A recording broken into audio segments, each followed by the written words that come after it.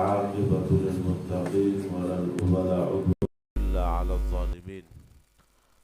اللهم صل وسلم على سيدنا محمد مفتاح باب رحمة الله عدد ما في علم الله صلاة وسلاما دائمين بدوام ملك الله وعلى آله وصحبه ومن والاه.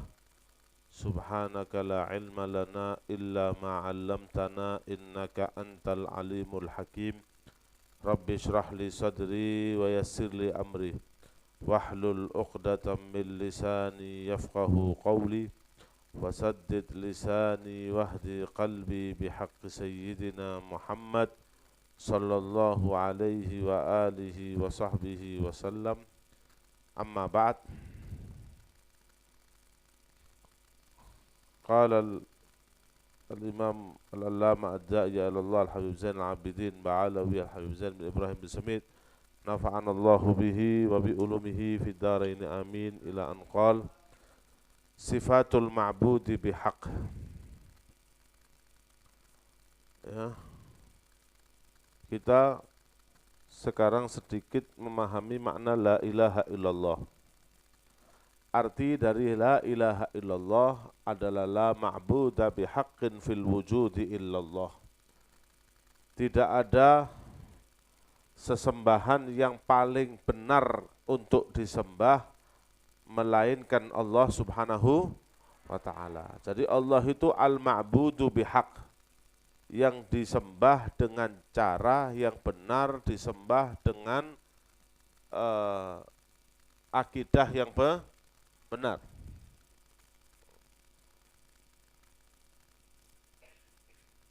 Kemudian di sini disebutkan sifatul ma'budi bil haq. Sifat-sifatnya yang disembah secara benar itu siapa?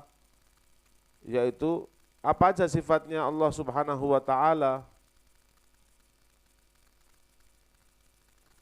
Di sini disebutkan ma hiya sifatul ma'budi bihaq. Apa sifat-sifatnya Allah Tuhan yang sah, yang baik, yang benar untuk disembah, yaitu Allah Subhanahu wa ta'ala.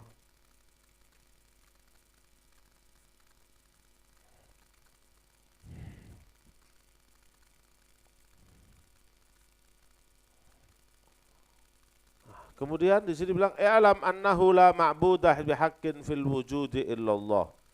Ketahuilah bahwasannya tidak ada sesembahan yang paling benar dan yang paling wajib kita sembah melainkan Allah Subhanahu wa ta'ala. Jadi ketika kita mengetahui Allah Subhanahu wa ta'ala yang kita sembah ini, kita mengetahui apa? Mengetahui sifat-sifatnya. Sifat-sifat Allah Subhanahu wa ta'ala.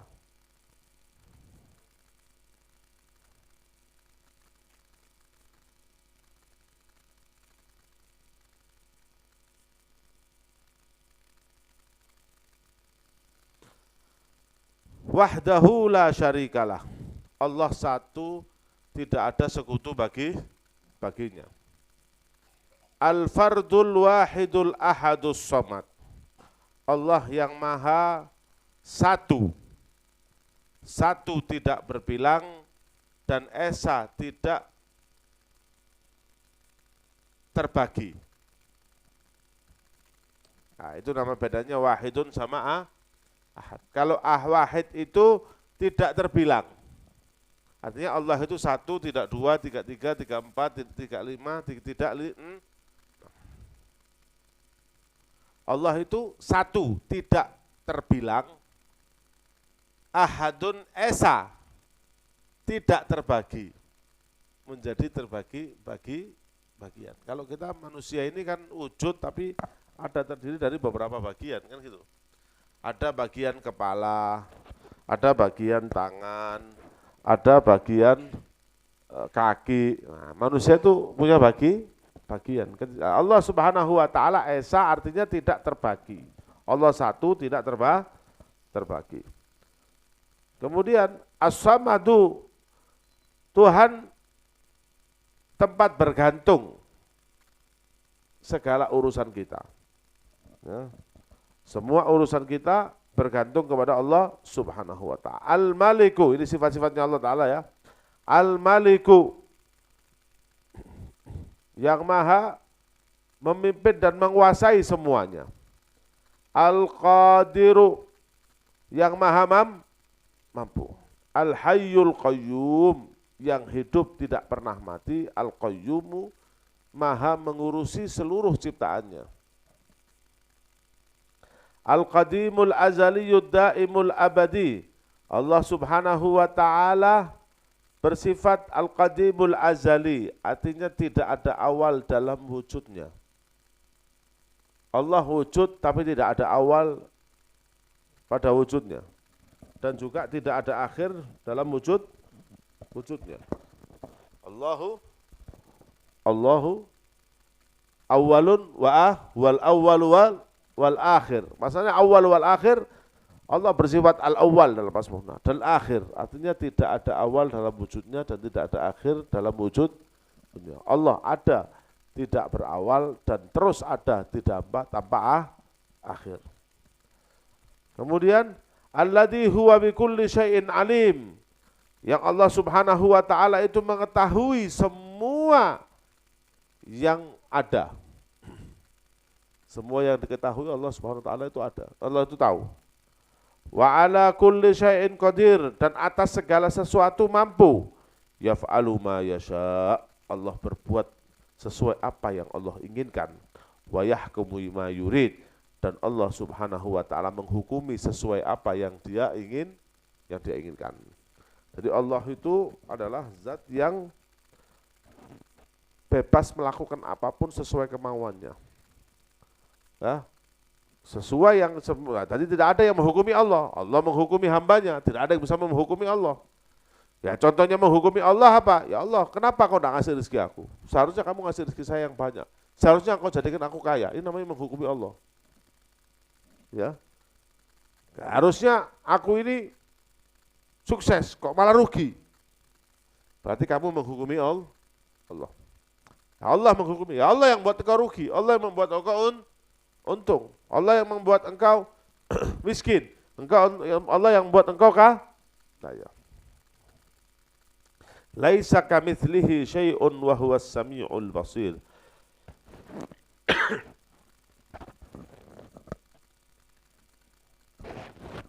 Laisa kamitslihi syai'un wa huwas samiul basir. Tidak ada yang menyerupai Allah Subhanahu wa ta'ala apapun itu, dan Dialah Allah Subhanahu wa ta'ala yang maha mendengar dan maha melihat.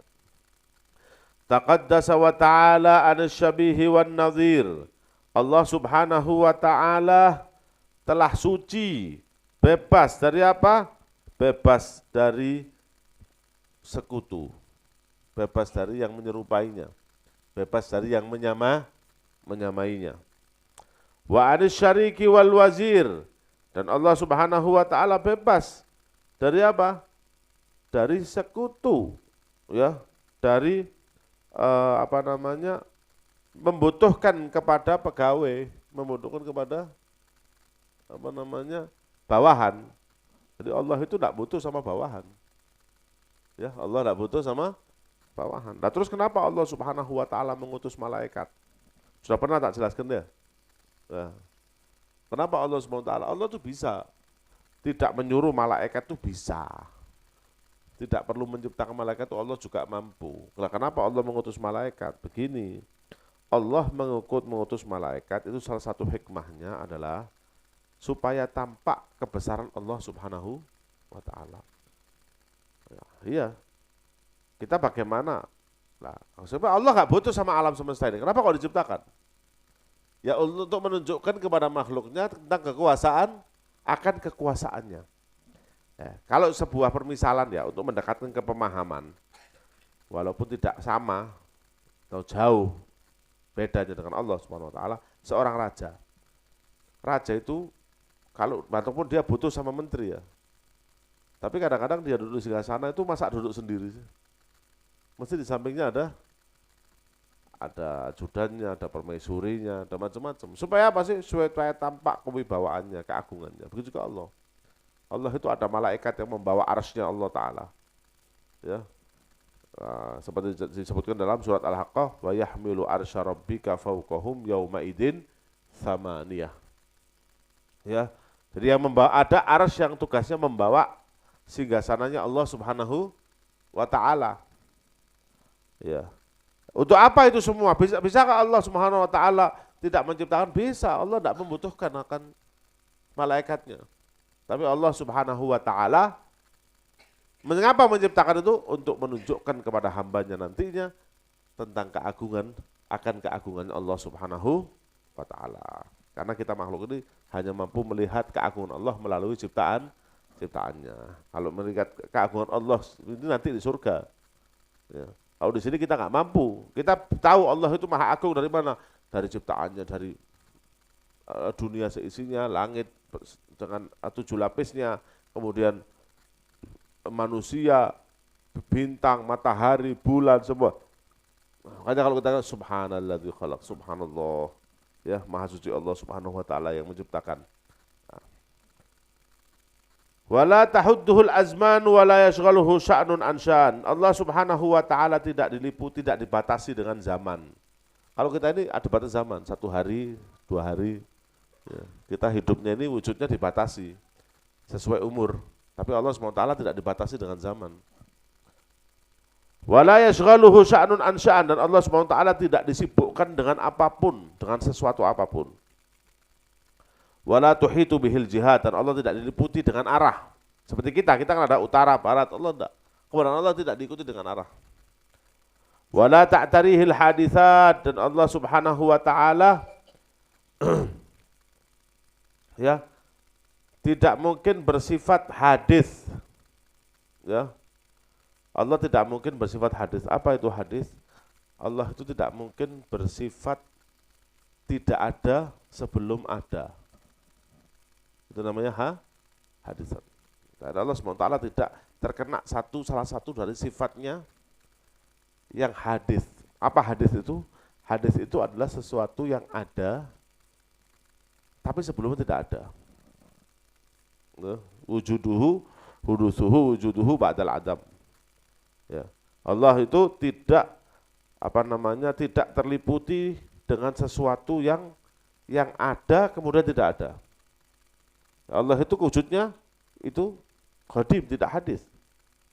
Walahul ghinal mutlaq an kulli syai'in, dan Allah Subhanahu wa Ta'ala tidak membutuhkan siapapun. Nah, min kulli wajhin wa kullu ma siwahu muftaqirun. Allah tidak butuh kepada siapapun. Tetapi semuanya membutuhkan kepada Allah. Khalaqal khalqa wa a'malahum.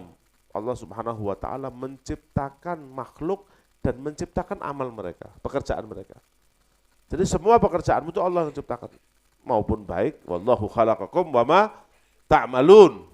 Allah menciptakan kamu dan menciptakan semua pekerjaanmu. Jadi Allah itu tidak menciptakan jasadmu. Ente ngaji ini yang menciptakan Allah. Ente bisa nulis yang menciptakan Allah. Ente bisa sholat yang menciptakan Allah. Wa qaddara arzaqahum wa ajalahum, dan suka menentukan rizki kalian dan ajal kalian. Wa khalaqal mauta wal haya, Allah lah yang menciptakan mati dan hidup, seperti surat Tabarakalladzi biyadihil mulku wa huwa ala kulli syai'in alladzi khalaqal mauta wal haya. Allah SWT yang menciptakan mati dan hidup. Wa ta'ata wal maksiat, dan Allah Subhanahu wa Ta'ala yang menciptakan ketaatan dan menciptakan kemaksiatan. Nah, ini bukan pertanyaan, bagaimana Allah menciptakan kemaksiatan? Bagaimana Allah menciptakan kemaksiatan? Perlu diketahui, bahasanya Allah menciptakan maksiat itu kepada kita, karena Allah Subhanahu wa Ta'ala ingin menampakkan sifat Maha Pengampunnya. Apakah akan ada sifat Allah Maha Pengampun kalau tidak ada dosa? Jadi kenapa kok bisa Allah menciptakan hambanya itu, kok dibiarkan hambanya maksiat? Sudah dilarang, kok ditakdirkan melakukan? Kalau akal-akalannya kan gitu ya. Tapi dia tidak kenal siapa Allah, tidak tahu dia. bahwasanya Allah menciptakan, Allah punya Ghafurur Rahim. Allah ini punya sifat Ghafurur, punya sifat rahmat. Nah, sifat pengampun itu bisa terrealisasikan enggak kalau ada dosa? Ya, kamu jangan lihat Allah nyiptakan dosa saja, tapi perlu kamu ketahui, selain Allah nyiptakan dosa, di situ Allah menciptakan pintu jalan supaya kamu bisa ketika kamu telusuri, Allah ampuni dosamu.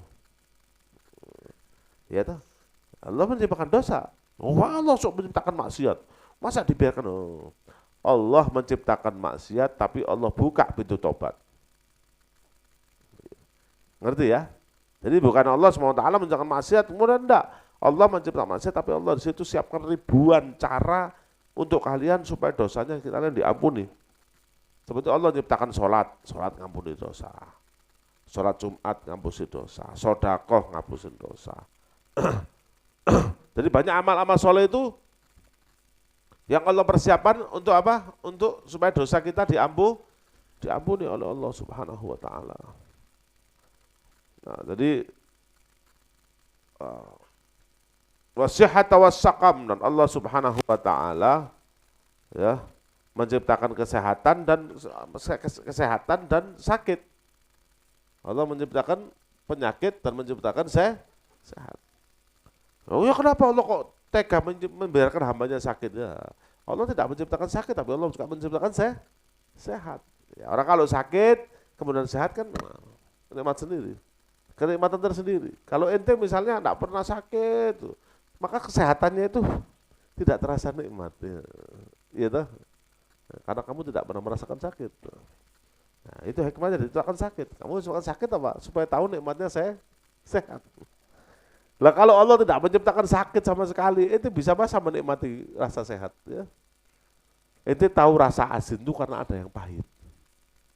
Ente tahu rasa manis itu karena ada yang pahit. Itu catat baik-baik. Nah, tak ulangi lagi. Kamu tidak akan pernah bisa merasakan manis kalau kamu nggak tahu rasa pahit. Iya toh? Iya. Ya. Makanya Allah ciptakan di dalam kelas itu ada yang naik kelas, ada yang naik kelas. Ya. Kenapa kalau ada yang naik kelas? Supaya ketahuan enaknya nikmatnya naik ke kelas. Ya. Nah, itulah hikmahnya Allah Ta'ala. Jadi jangan samakan sama kita. Allah itu beda, laisa kamitslihi syai'un wa huwas samiul basir. Beda Allah Ta'ala itu. Tidak seperti kita, makhluknya. Ya menciptakan untuk apa? Menciptakan sakit. Kalau tegaknya rumah sakit itu penuh, kok tega Allah SWT menciptakan namanya sakit itu. Habis itu disembuhkan kan? Lupa kan ada sampai mati loh. Mati itu sembuh abadi. Iya toh? Mati itu sembuh apa? Loh, makanya orang kalau sakit sembuh, ya hilang dari rasa sakitnya ya. Orang sakit sembuh, enak toh? Afia. Orang sakit mati.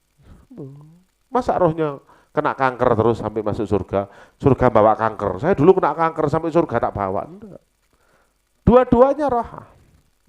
Yang penting sakit tapi dibarengi dengan iman. Itu betul. Nah, masa itu justru kalau dia sakit, ada orang sakit bertahun-tahun kena kanker, misalnya auzubillah min dzalik. Sakit bertahun-tahun, sakit. Akhirnya apa? Akhirnya mau mati. Yang sakit asan. Daripada terus bertahun-tahun, seketekno duit. Ya, nghabiskan uang, nghabiskan tenaga, harus ada yang ngerawat dan lain sebagainya, mati. Ada hikmahnya, lebih istirahat ya. Iya toh? Makanya sebenarnya orang sakit itu setelah sakit itu mau dia hidup sehat lagi atau mati itu sama-sama enaknya. Yang penting bawa iman. Makanya iman itu dijaga. Ya, iman itu dijaga. Nah, jangan sampai nggak dijaga. Ini paham ya?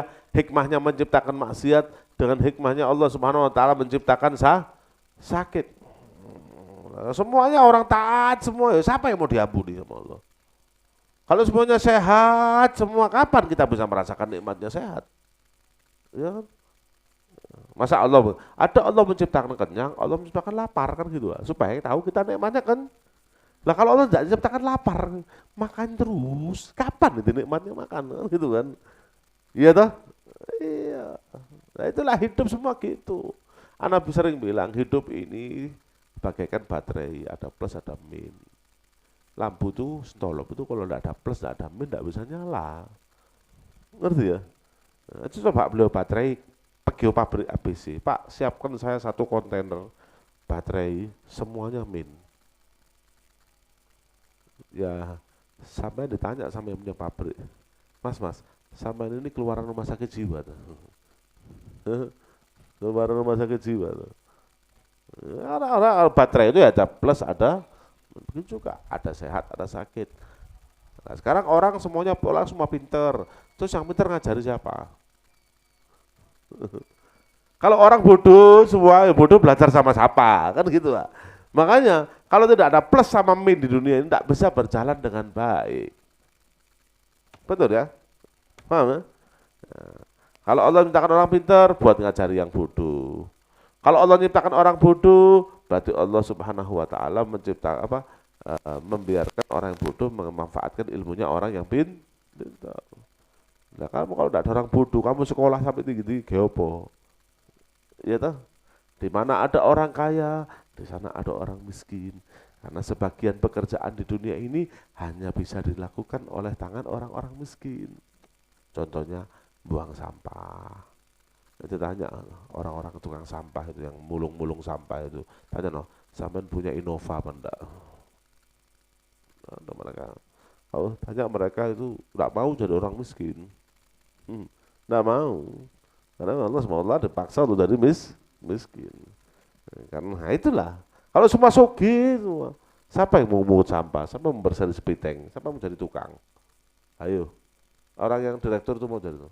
Kalau ada orang miskin, mana ada karyawan pabrik? Bos itu ada bos. Itu makanya kita diperintahkan Allah SWT untuk menghargai. Ya, karena jangan kita, kalau kita berada di posisi yang plus, jangan sampai kita merendahkan yang di min. Nah kalau kita belajar di posisi yang min, jangan sampai kita ya tidak menghormati yang plus. Ya. Kerusakan dunia ini ketika yang min dan plus tidak bisa saling menghormati. Ya. Kalau yang min dan plus bisa saling menghormati, aman. Ya. Jangan orang potong-potong ustad, goblok, becus. Nah, dia tidak menghormati yang bodoh. Padahal dia tidak tahu ilmu dia, kalau dia akan boblok muridnya. Ini tidak boleh. Ya, mencaci atau memaki murid itu tidak boleh. Kenapa? Kalau kamu memaki dia, kamu nggak sadar. Kalau kamu tidak ada dia, ilmumu nggak manfaat. Ya, ada orang awam, ada orang alim. Yang orang alim naik mimbar, yang orang awam dengarkan, kan gitu tuh. Harus menghargai khotib, harus menghargai hadirin. Sebab kalau misalnya khotib tidak menghargai hadirin, hadirnya bubar, tidak sah sholatnya, tidak ada manfaat ya khutbah. Ya begitu, yang sholahat juga nggak akan sah sholatnya kalau tidak ada khotib yang naik ke mimbar. Begitu. Itu hidup di dunia seperti itu. Paham ya? Baik. Wa anzalal kutub, dan Allah Subhanahu wa taala yang menurunkan kitab-kitabnya, Taurat, Zabur, Injil, Al-Qur'an. Wa arsalar rusul li hidayatil khalqi lafdhan lutfan bihim. Dan Allah Subhanahu wa taala mengutus para rasul untuk memberikan hidayah kepada makhluknya, karena Allah Subhanahu wa taala sangat mengasihi, sangat menyayangi hamba-hambanya. Wa'adal muhsinina bi thawabihi fadla. Allah menjanjikan bagi orang yang berbuat baik dan taat pahalanya karena keutamaan Allah Subhanahu wa taala. Wa tawa'adal musiiina bi iqabihi adlan, dan Allah Subhanahu wa taala menjanjikan bagi orang-orang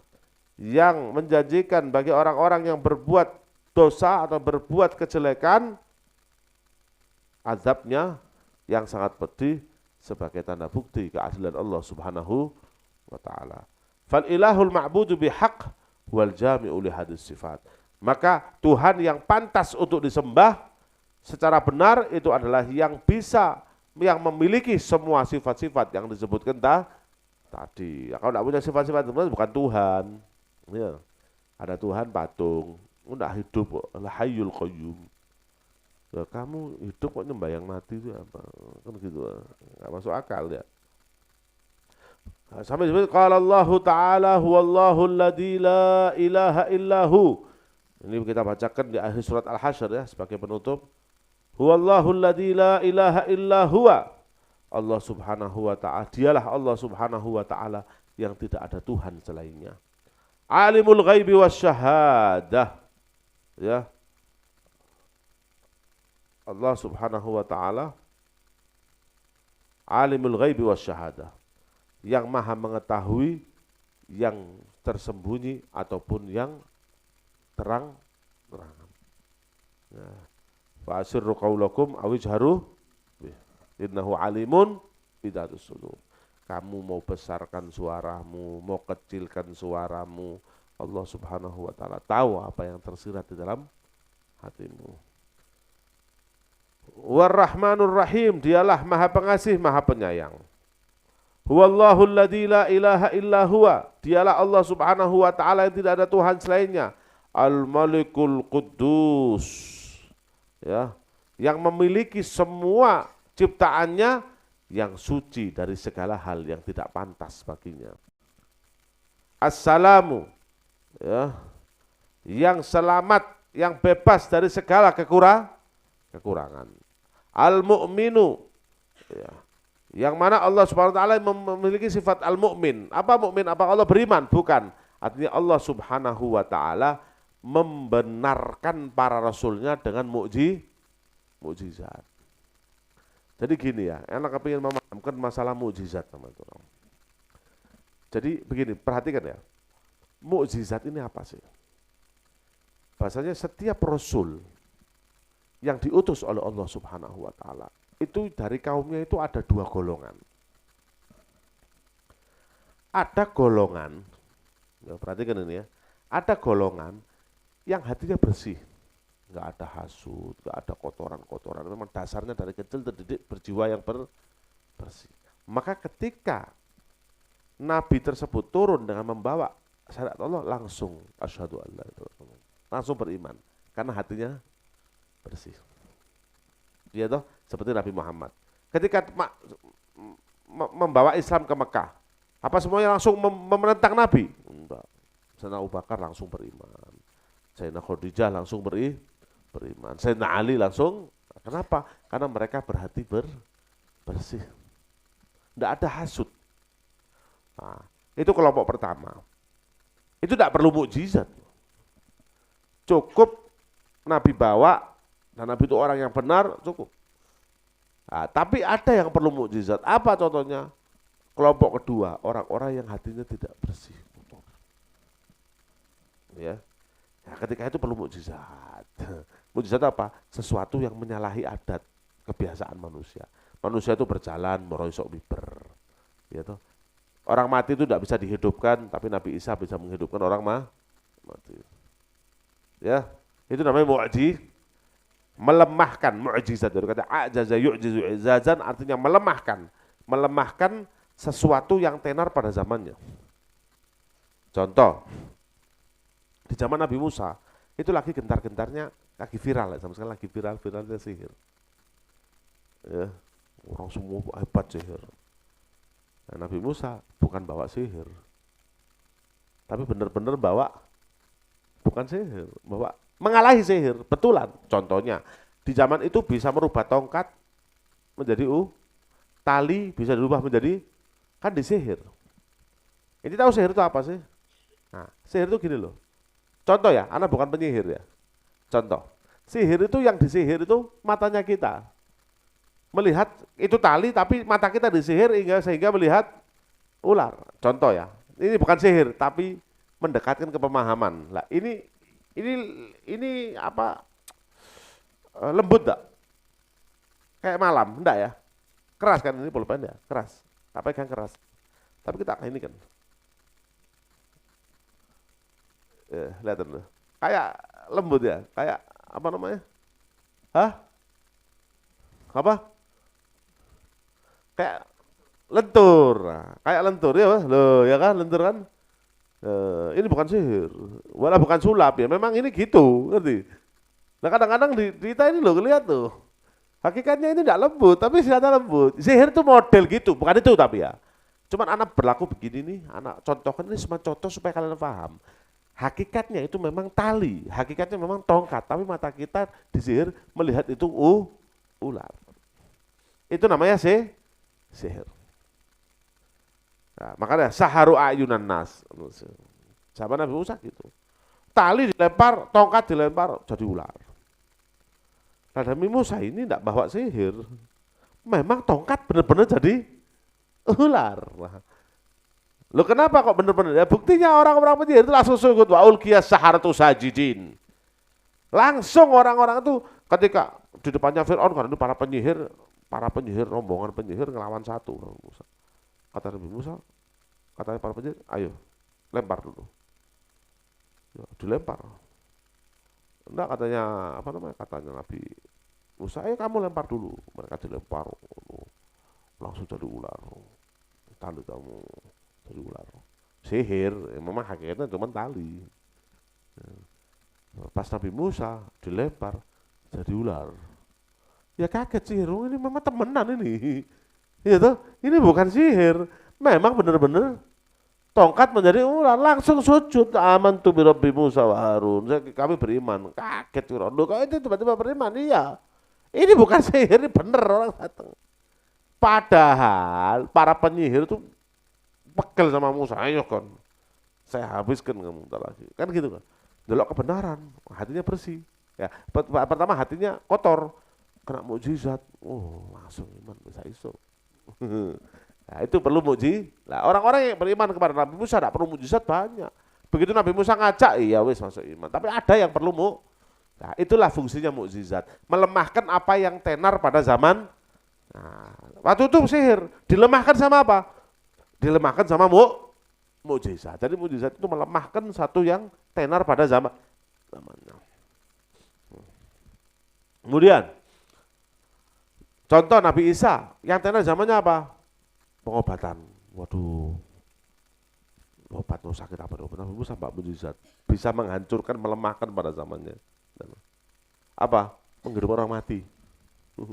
Mana ada rumah sakit yang bisa menghidupkan orang mati itu? Tidak ada. Saya hebat-hebatnya profesor, mati atau diuripno. Ya itu Pak Nabi Musa bisa, Nabi Isa bisa. Ngerti ya? Nah, Nabi Muhammad, wah di saat yang tenar pada itu apa? Yang tenar pada itu adalah keindahan bahasa, puisi, sastra. Akhirnya dikasih langsung dari langit, tak iso ngomong. Itu namanya apa? Mukjizat. Ya, mukjizat. Nah, mukjizat itu bagi orang apa? Yang butuh, yang hatinya masih. Nah, itu mungkin kena mukjizat dia beriman. Saya kasih contoh gini. Ada orang desa, ustaz masuk desa, ayo sholat berjamaah bareng-bareng, kok masjidnya sepi. Maka orang yang hatinya bersih, oh masya Allah ya emang sholat jamaah itu penting, bagus. Sama nanti kalau sampai sholat di rumah sendirian pahalanya 1, kalau sholat berjamaah pahalanya 20, 25. Ada juga 27, 2 riwayat. Ya. Nah, 2 riwayat 27 sama 25, 27 lah. Orang yang hatinya bersih itu pasti oh ya bisa. Nggak punya hasut, tak punya dengki. Nah, ketika ada orang sing ndablek opo kamu kalau bisa ngasih duit saya baru sholat jamaah. Orang kan gitu-gitu kan berarti hatinya kotor lah gitu ya. Itu perlu apa? Perlu mujizat. Kalau kamu mau sholat, lihat aku moro-moro ngawang. Oh nggih Mbah, kula sembahyang saiki Mbah. Nah ya nggih Mbah. Ya saya mau sholat sekarang Mbah. Kan enggak.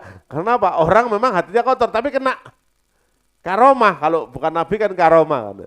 Kena sesuatu yang apa namanya tidak sesuai jalan dengan kebiasaan manusia. Nggih Mbah. Padahal sebelumnya dilolokno ya. Oh, Ustadz sok pinter, sok alim, orang baru di sini kita bertahun-tahun lah biasa di rumah aja biasa. Ini sok gini kan gitu kan. Akhirnya Mbak mujizat. Oh, ini orang kurang. Akhirnya ngawang.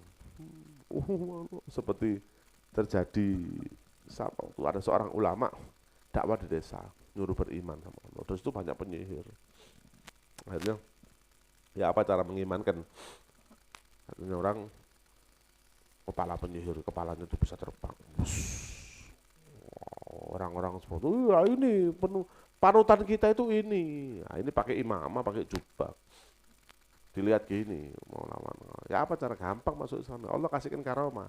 Sebagaimana Allah kasihkan kepada anbiya mukjizat, Allah juga memberi pada para ulama karomah. Akhirnya ini sudah benar. Oh, tepuk-tepuk ini ustadz kita ini bisa terbang. Akhirnya dia lepas kelompennya ini. Lepas saya, ayo. Kelompennya terbang ngaploki. Blak, blak, blak, blak, jatuh ceplek. Lu, ustadz apa ini? Ya itu ustadz kita, ya itu kita beriman sama dia. Nah, itulah fungsinya mukjizat, fungsinya karomah, bukan karomah buat bangga-banggaan. Saya ini bisa melihat apa yang di langit. Wah, jadi percaya wis. Ya. Saya ini zaman-zaman asik-asikan keramat ya. Kalau keramat asik. Kalau kamu masih percaya sama seseorang cuma dengan karomat, berarti hatimu masih kotor. Kan Nabi Muhammad gitu, begitu masuk Mekah, wah, sahir, kadzab, ya, majnun, apa wae. Begitu Al-Quran, itu begitu iktarabatis sa'atu wan syaqal qamar, Komar bagi dua, wah bingung. Akhirnya banyak yang beriman. Tapi kalau masih penyakitnya tambah kuat, kena mukjizat tak mempan tetap. Ya seperti Abu Lahab, Abu Jahal, wa ala alihi wa ashabihi. Nah, itu namanya al-mu'min. Al-mu'min apa? Yang membenarkan para rasulnya dengan mukjizat. Artinya dengan mukjizat ini seakan-akan Allah ngomong gini sama kaumnya seorang nabi. Kaumnya Nabi Muhammad. Misalnya Quraisy. Quraisy. Atau kaumnya Nabi Musa. Kaumnya Nabi Musa. Kamu ini taatlah. Ini loh, buktinya apa? Ini tak kirim mukjizat. Tak benarkan dengan mukjizat. Jangan mukjizat itulah menjadi bukti bahwasanya dibawa itu benar. Al-Muhaiminu, yang mengurusi, ya, yang memantau dan mengurusi segala ciptaannya. Ya. Al-Azizul Jabbar. Al-Aziz itu yang maha kuat. Al-Jabbar yang